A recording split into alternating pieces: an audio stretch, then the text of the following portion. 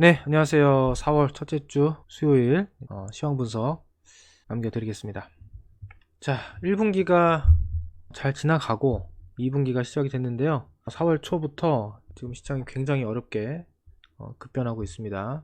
어저께 화요일 날 급락이 나왔고 오늘 수요일인데 수요일 이틀 연속 시장이 급락을 했습니다. 제가 원래는 이렇게 시장이 어려울 때 이럴 때는 종목보다는 지수, 시황 위주로 말씀을 드리고 시장이 좀 안정되고 괜찮아지면은 그때는 시장 얘기 자세하게 안 하고 종목 위주로 말씀을 드리거든요. 지난주까지만 해도 제가 관심주, 매매할 관심주들 공유해 드리고 어떤 종목들이 주도주고 어떤 섹터가 중심인지 이런 것들을 말씀을 드렸었는데, 제가 최근에 많이 말씀드린 게 반도체 섹터죠.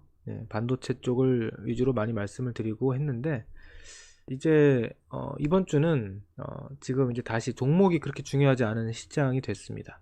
이렇게 시장이 급변할 때는 종목이 이제 시장에 종속이 되죠. 아주 일부의 종목들은 뭐 지수와 좀 별개로 움직임이 나오는 경우도 종종 있지만, 아무래도 대다수의 종목들이 이제 시장과 연동돼서 급등 급락을 하는 그런 장이 이제 이런 장이거든요. 하락장. 그래서 오늘 영상은 시장 위주로 말씀을 드릴 거고, 지금 왜 이런 일이 벌어지고 있고 이런 변동을 어떻게 바라봐야 되는지, 그리고 어떻게 대응해야 되는지 제 생각을 좀 말씀드리겠습니다. 자, 이거 제가 지난주에 했던 얘기인데요. 지난주만 하더라도 제가 뭐라고 했냐면 지수가 크게 의미가 없는 종목 각계 전투 장세다. 근데 좀 어렵다. 그 안에서 섹터도 맞춰야 되고 또 그 섹터 안에서 종목도 맞춰야 된다. 섹터의 종목들이 다 비슷하게 움직이는 게 아니고 서로 다르게 타이밍도 엇박자로 움직이기 때문에 좀 어렵다. 이런 말씀도 드렸고, 3월 말은 1분기 성과를 극대화하는 구간이라서 기존 주도주들이 계속 끌고 가는 흐름들 또는 이제 급등했다가 급락하는 이런 변동성이 좀 커질 수 있다 라고까지 말씀을 드렸죠. 그리고 이제는 2분기 시장 재편 과정을 우리가 좀 준비를 하자 이렇게 했는데, 일단은 3월 말에 여러분들 보셨겠지만 바이오주가 급락을 했어요. 제가 바이오주에 대해서는 부정적인 뉘앙스로 많이 말씀을 드렸습니다. 이 종목들이 특히 HLB랑 알테오젠이 워낙에 코스닥 시가총액 상위주들인데, 얘네가 큰 시세를 내다 보니까 지수는 괜찮은데 종목들 안에 체감이 좀 약화되는 그런 일이 있었고, 또 이제 그러면서 얘네들이 또 급락하니까 3월 말 되니까 차익 실험 매물 나오면서 급락하니까 어떻게 돼요? 또 지수가 급락하죠. 지수가 또 급락하면서 다른 종목들은 얘네가 갈 때도 피해보고 내릴 때도 피해보는 좀 그런 종목들이 많이 나왔을 거예요. 그래서 이런 부분들이 좀 아쉽고요. 어쨌든 1분기 말 3월 말에는 이런 주도주들에서도 변동성이 좀 나오는 이런 확률이 높은데 그런 게 나타난 게 아닌가 싶고요. 반면에 이제 일부 주도주들 HD 현대일렉이라든지 하나 에어로스페이스 정말 뭐 분기 말 끝까지 달렸죠. 이런 종목들 같은 경우는 이제 최대한 성과를 극대화하는 그런 모습도 좀 보였습니다. 그래서 이게 이제 보통 주도주들 1분기를 주도했던 주도주들의 흐름들이에요. 그 외에 대부분의 종목들은 사실은 이런 흐름과는 많이 다르죠. 소외된 종목들도 많고 조금 오르다 만 종목도 많고, 많은 종목들이 지금 여기 보이시는 종목들이 코스피 시가총액 상위 종목들인데, LG 엔솔, LG 화학, 삼성 SDI 다들 흐름이 그렇게 좋지 못합니다. 포스코홀딩스 다시 또 박스권 하단까지 왔고요. 현대차 다 내려왔고, 네이버, 카카오 이런 종목들은 시장 지수의 흐름과는 너무 다른 흐름을 보이고 있습니다. 그 외에도 LG전자라든지 LG이노텍, 셀트리온 이런 종목들 보시면 사실 지수 흐름과 전혀 상반되는 흐름을 보이는 종목들이 훨씬 많아요. 현대제철, 그나마 최근에 조선주가 좀 좋아졌다고 하는데 그래봤자 큰 흐름은 답답한 흐름이고요. NC소프트 같은 종목은 장기 하락 중이고, 그 2월달에 밸류업 정책 기대감으로 올랐던 지주사들 반짝 급등으로 끝났죠. 저는 이제 지주사 이런 쪽은 굳이 추격 매수하지 말자, 밸류업 쪽은 제가 그렇게 좋은 뉘앙스로 말씀을 드리진 않았고 결국엔 다 내려오고 있고요. 자, 이런 상황이었는데 이제 4월이 되면서 어떤 변화가 있었냐면, 일단 삼성전자가 3월 말에 시장을 굉장히 강하게 끌고 갔죠. 3월 말부터 삼성전자가 계속 급등하면서 지수는 좋은 흐름을 보였어요. 네, 하이닉스도 계속 추세는 이어갔었고, 그러면서 이렇게 차별화가 계속 심해졌는데, 제가 봤을 땐 그래요. 이 시장이 작년에 그 2차전지가 열풍을 일으킬 때도 마찬가지였지만, 이렇게 한쪽으로 너무 수급이 많이 쏠리고 다른 쪽이 이렇게 좀 소외되면서 차별화가 발생을 하면은, 그게 이제 어느 정도는 이어지다가 나중에 이게 이렇게 좀 확 엎어지는 경우가 많아요. 뭐 항상 그런 건 아니겠지만 그런 경우가 있는데, 이번에도 결과적으로는 그렇게 된 것 같습니다. 저는 사실은 이제 삼성전자 관련 중소형주들, 반도체 관련 밸류체인 쪽으로 조금 더 시세가 좀 나온 이후에 그리고 나서 한번 흔들리지 않을까 그렇게 생각을 했는데, 제 생각보다는 조금 한 템포 빠르게 4월 초부터 시장이 강하게 흔들리고 있는데, 뭐 여러 가지 이유가 있습니다. 시장이 갑자기 크게 흔들리는 여러 가지 이유가 있을 텐데, 일단 지금 뭐 글로벌 증시, 미국, 그리고 매크로적인 부분에서 우리가 살펴보면 아이러니하게도 미국의 경기가 굉장히 좋아요. 그래서 지금 시장이 흔들리는 겁니다. 그러니까 미국의 ISM 제조업 지수가 3월 달이 50을 넘었어요. 그러니까 이게 18개월 만에 50을 넘었다는 얘기는 18개월 만에 경기가 확장 국면에 접어들었다. 이거 악재인가요, 호재인가요? 경기가 좋아졌다라는 게 악재인가요, 호재인가요? 원래는 호재잖아요. 원래는 호재가 돼야 되는데, 이게 지금 시장 상황에서는 악재로 둔갑을 해버립니다. 왜 그러느냐? 이렇게 경기가 좋아지면 물가도 다시 오를 수 있고, 말 그대로 경기가 견조하다. 그렇기 때문에 금리 인하를 당초 예상보다 늦출 수 있다는 거죠. 그래서 금리 인하에 대한 후퇴 전망이 다시 수면 위로 올라왔습니다. 그래서 금리 인하 시점이 오는 6월이 아닌, 원래는 올해 3월, 4월 달도 기대를 했었거든요. 작년만 해도. 근데 3, 4월이 아니고 그냥 6월 정도에 하지 않을까, 이렇게 보고 있었던 상황이었는데, 이제는 이게 하반기로 밀릴 수 있다. 그러면서 지금 미국의 국채 금리가 4월 들어서 여기 좀 올라오고 있습니다. 이게 미국의 10년물 국채 금리거든요. 4월 들어서 지금 땅땅땅 반등이 나오고 있죠. 물론 이게 뭐 엄청난 급등은 아닌데, 그냥 단순 반등이 아니고 이렇게 경기 지표를 확인하고 나오는 반등이기 때문에, 이 금리 인하에 대한 실망감, 금리 인하에 대한 기대감이 좀 꺾였다, 이런 분위기가 나오면서 시장이 흔들리고 있는 그런 모습이라고 보면 될 것 같습니다. 그래서 지금 뭐 다우존스도 어저께 1% 정도 하락을 했고, 나스닥도 뭐 1% 가까이 하락했고, S&P도 뭐 0.7% 하락을 했는데, 사실은 미국 증시만 보면은 아니 지금 이게 무슨 그렇게 큰일이 났나 싶을 정도로 뭐 그냥 뭐 괜찮은 흐름이에요. 그죠? 지금 이게 왔다 갔다 하면서 계단식으로 가고 있는 중간중간에 이런 하락은 언제든지 있잖아요. 사실은 뭐 큰일이 벌어졌다라고 할 수는 없습니다. 전혀. 뭐 나스닥도 마찬가지고. 그리고 오늘 보시면 뭐 일본, 대만은 오늘 큰 규모의 지진이 일어나가지고 지금 뭐 조금 더 뉴스를 확인해 봐야 되겠지만은, 뭐 반도체 쪽, 대만은 이제 반도체가 중요하니까 반도체 쪽에서 라인 증설 계획이 중단되고 뭐 이런 이슈들이 좀 있거든요. 근데 어쨌든 그럼에도 불구하고 대만은 오늘 마이너스 0.6%밖에 안 빠졌어요. 그러니까 우리나라에 비하면 굉장히 지금 탄탄하고 아주 뭐랄까요, 좀 침착한 시장이죠. 그러니까 우리나라처럼 이렇게 심리가 정말 이렇게 냄비처럼 크게 뜨거워졌다가 차가워졌다 하는 이런 나라는, 그러니까 우리 시장이 좀 어려운 거예요. 그래서 한번 생각을 해보세요. 우리나라에서 만약에 대만처럼 오늘 진도 7.5의 지진이 일어났다, 어딘가에서, 우리나라 이 영토 근처에서, 그럼 어떻게 됐을까요? 우리나라는 뭐 뉴스로 지진 났네 어쩌네 하면서 난리 났을 거예요. 그래서 아마 시장도 오늘보다 더 많이 빠지지 않았을까.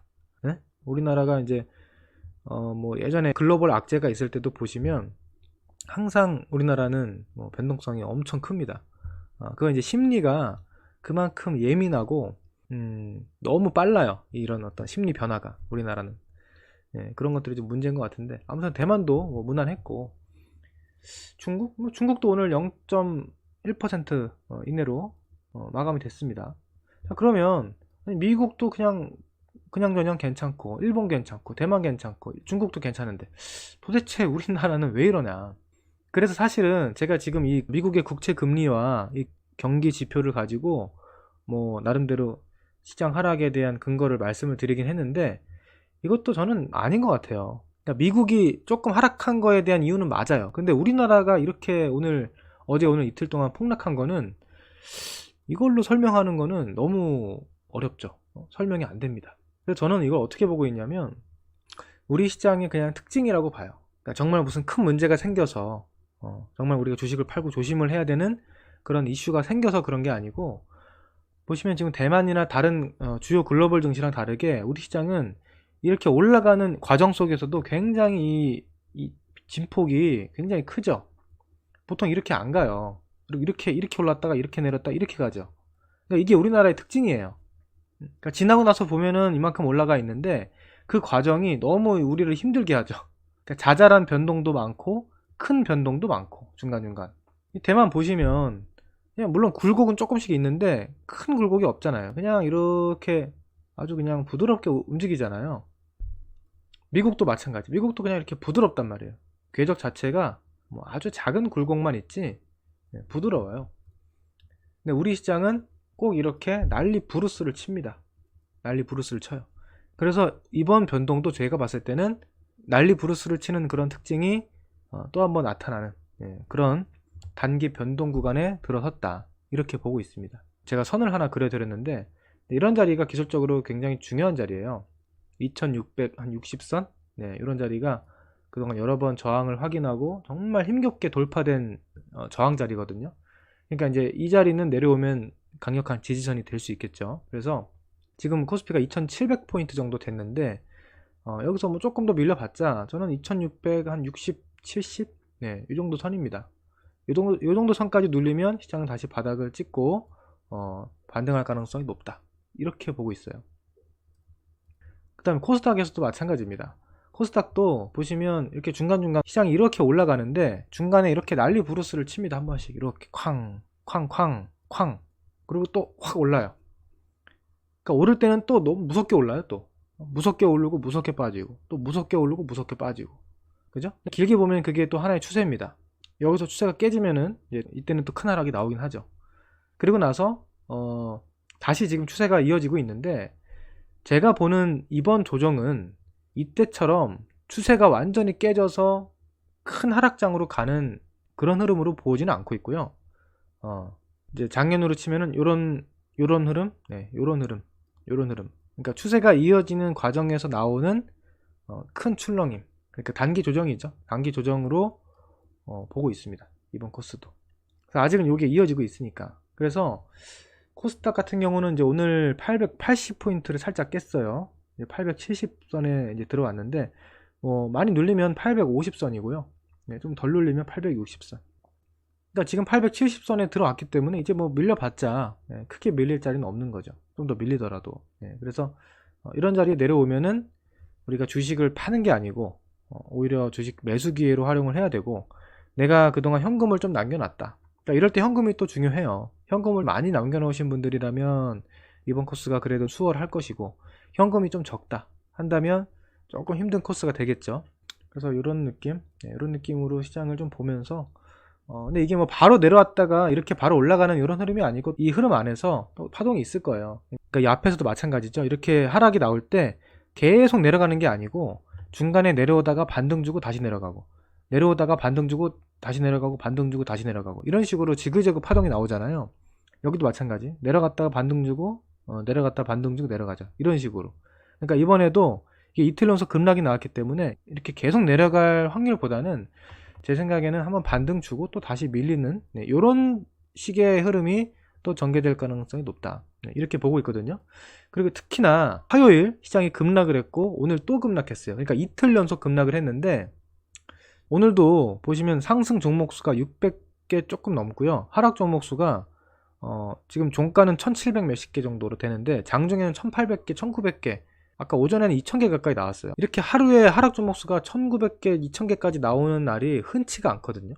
정말 강한 하락이 나온 거고 정말 강한 하락 에너지가 이렇게 소진된 거예요. 근데 그게 이틀 연속 나왔다라는 거는 내일은 물리적으로 하락 종목 수가 이렇게 엄청 많아지면서 장이 또 밀리기 어렵다는 겁니다.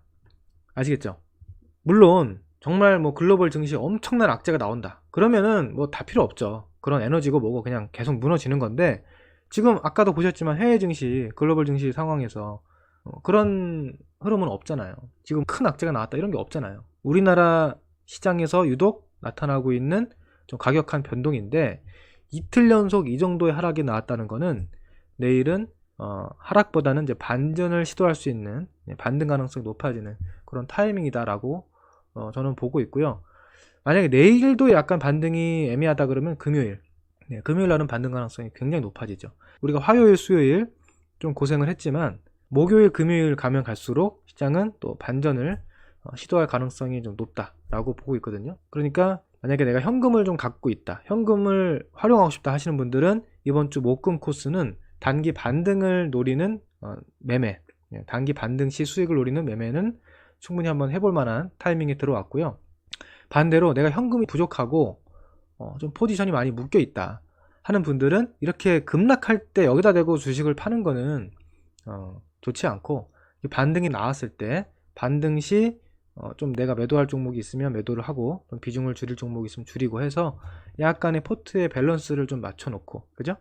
그리고 나서 다시 밀리면 여기서 확보했던 현금을 가지고 또 매수를 하고, 이런 식으로 우리가 대응을 해야 된다라는 거죠. 좋은 방법은 우리가 여기서 주식을 싹 팔고 또 내려왔을 때 최저점에서 주식을 싹 다 사고 하면 가장 좋은데, 그게 사실 어렵잖아요. 항상 지나고 나면 다 보이죠. 여기서 팔고 여기서 사고 다 보이는데 그게 어디 쉽나요?